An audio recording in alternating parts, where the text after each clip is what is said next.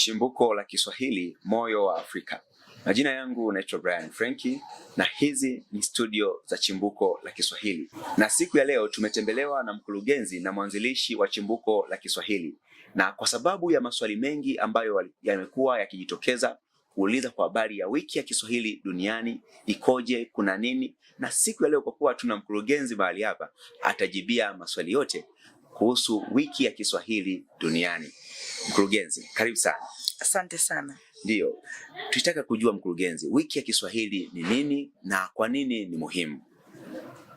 Wiki ya Kiswahili tunaweza tukasema ni siku 7 ya juma moja, ambayo huwa inaanza tarehe 1 mpaka tarehe 7 Julai. Sawa sawa. Na wiki hiyo ya Kiswahili tunaita ni wiki ya kimataifa.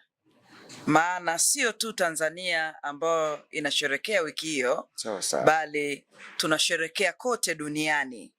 Kwa hiyo tunaweza tukasema ni utamaduni wetu tunaushangilia, lakini pia inahusisha na utalii na Umoja wa Afrika.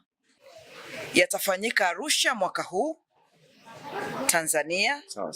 Lakini sherehe zetu kubwa za uzinduzi zitafanyika tarehe 7 Julai 2026.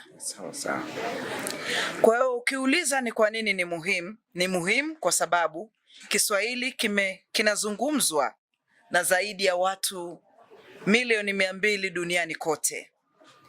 Ni mojawapo ya lugha ambayo zinakuwa kwa kasi sana, hususani Afrika.